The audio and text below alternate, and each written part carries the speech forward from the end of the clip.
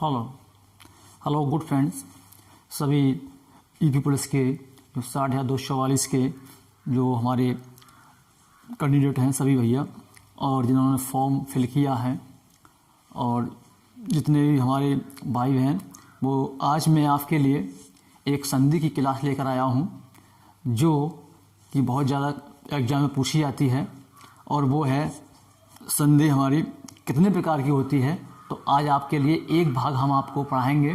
संधि 3 प्रकार की होती है। तो 3 प्रकार की कौन कौन सी होती है? स्वर संधि, व्यंजन संधि, विसर्ग संधि। तो आज हम बात करने वाले हैं किसकी? स्वर संधि की बात करने वाले हैं। किसकी? स्वर संधि। स्वर संधि के भेद कितने होते हैं? 5 भेद होते हैं इसके। कितने भेद होते हैं? 5 भेद।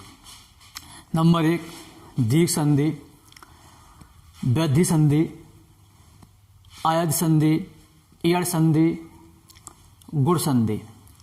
ये हमारे स्वर संधि के 5 भेद होते हैं। तो हम सबसे पहले बात करते हैं दीर्घ संधि की। दीर्घ संधि की पहचान क्या है भाई?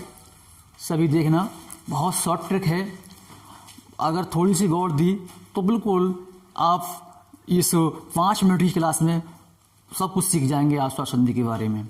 तो ये देखिए, हमारे दीर्घ संधि क्या होती है? बड़ी मात्रा, यानी कि आ, बड़ा आ, बड़ी ई, बड़ा ऊ। जैसे एग्जाम्पल में दिया है पुस्तकालय बराबर पुस्तकालय। पेपर में आपके एग्जाम में ये आएगा। ये पहचान करनी है आपके लिए कि पेपर में हमारे में ये पुस्तकालय आ जाए तो हमारी कौन सी संधि होगी। तो पुस्तकालय का बीच में हमारा आ, बड़ा आ, पुस्तका आ पुस्तकालय। विद्यार्थी ध्या, रविंद्र बड़ी ई, बीच में ई, यानी बीच में बड़ा आ, बड़ी ई और बड़ा ऊ। भानुदय, भानुदय, विधूर्जा और हमारा विदुदय। तो ये सब कुछ जो बीच में हमारा जो आ रहा है, बीच में जितनी भी बड़ा आ, बड़ी ई, बड़ा ऊ, वो हमारी एक दीर्घ संधि हो गई। ये हमारी पहचानने की एक ट्रिक है और आराम से आप लगा सकते हैं। आगे है हमारा वृद्धि संधि। अब वृद्धि संधि में क्या होता है? वृद्धि संधि का मतलब होता है जब कोई चीज उसमें ऐड होकर आती है, जुड़ जाती है। वृद्धि का मतलब बुढ़ापा, एक प्रकार से बूढ़ा। तो वृद्धि में संयुक्त मात्राएं होती हैं अय, औ, यानी कि इसमें 2 मात्राएं होती हैं वृद्धि में। बहुत सिंपल है। जैसे ये हमारा तत् प्लस एव, ततैव, ततैव अय, यानी कि 2 मात्रा हमारी इसके अंदर 2 मात्रा होती हैं बीच में, ठीक है। और औ की बात करें तो हमारी 2 मात्रा इसमें होती हैं। जैसे ततैव है, नवेश्वर है, परम औषधि, और ये आपका वन औषधि। तो इसमें देखो बीच में डबल मात्रा है, वन औषधि। तो यहाँ पे भी आपको दिख जाए अगर डबल मात्रा तो आप समझ जाइए कि वहाँ पे हमारी वृद्धि संधि है।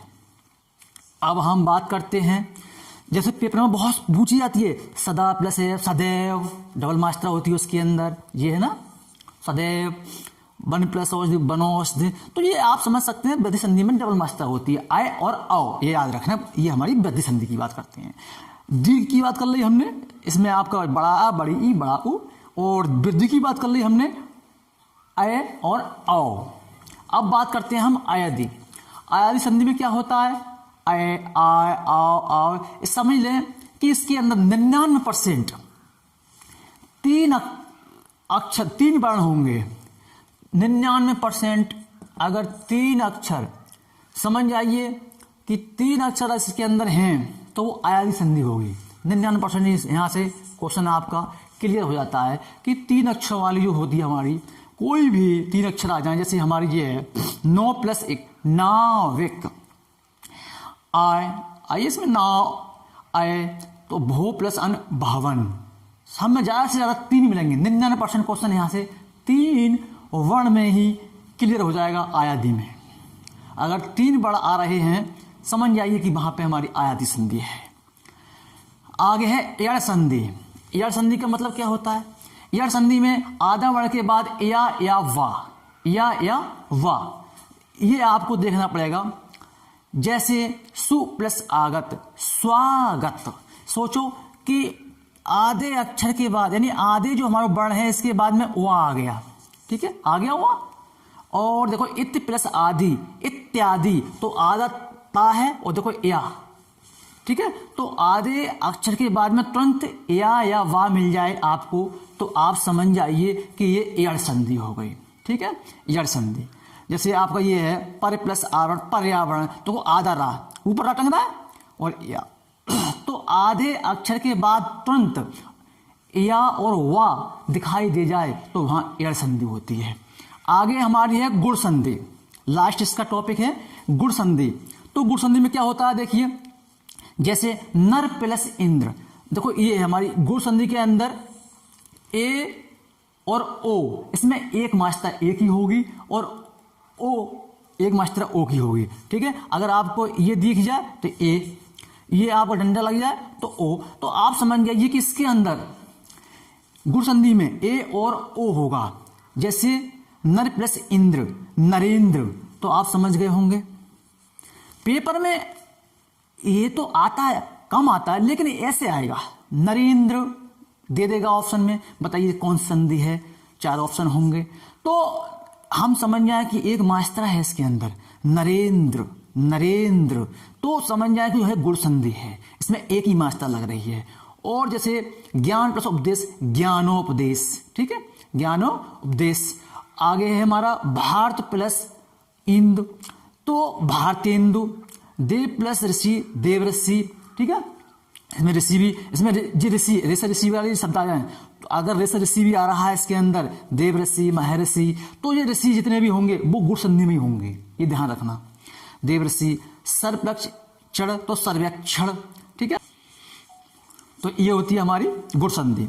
तो आपने 5 भाग पढ़ लिए होंगे इसके सारे, स्वर की संधि के हमारे 5 भाग होते हैं। नंबर 1 हमारी दीर्घ संधि, वृद्धि संधि, आदि संधि, यड़ संधि, गुण संधि। दीर्घ संधि में पढ़ा दिया मैंने आपको, आ ई उ, यानी बड़ा, बड़ी ई, बड़ा उ, ये हमारे दीर्घ संधि के हो गए। और हमारे ये वृद्धि संधि के हो गए, जहाँ में डबल मात्रा हो गई, वृद्धि का मतलब होता है बढ़ा, ठीक है, तो डबल मात्रा आए और औ, ये वृद्धि। आयादि में मैंने बताया था आपके लिए, इसमें 100% 3 अक्षरों का, 3 वर्णों का यहाँ पे कोई शब्द में दे दिया जाएगा, आप समझ जाइए कि 99% ये चीज हमारी क्लियर आयादी संधि होगी। अगला यड़ संधि में आधे अक्षर के बाद या वा होगा, आप समझ जाइए तुरंत कि हमारे जैसे जो है आधा अक्षर सा है हमारा, आधा सा, और उसके तुरंत बाद वा आ गया, समझ जाइए तुरंत कि ये तो हमारी यड़ संधि है ही है।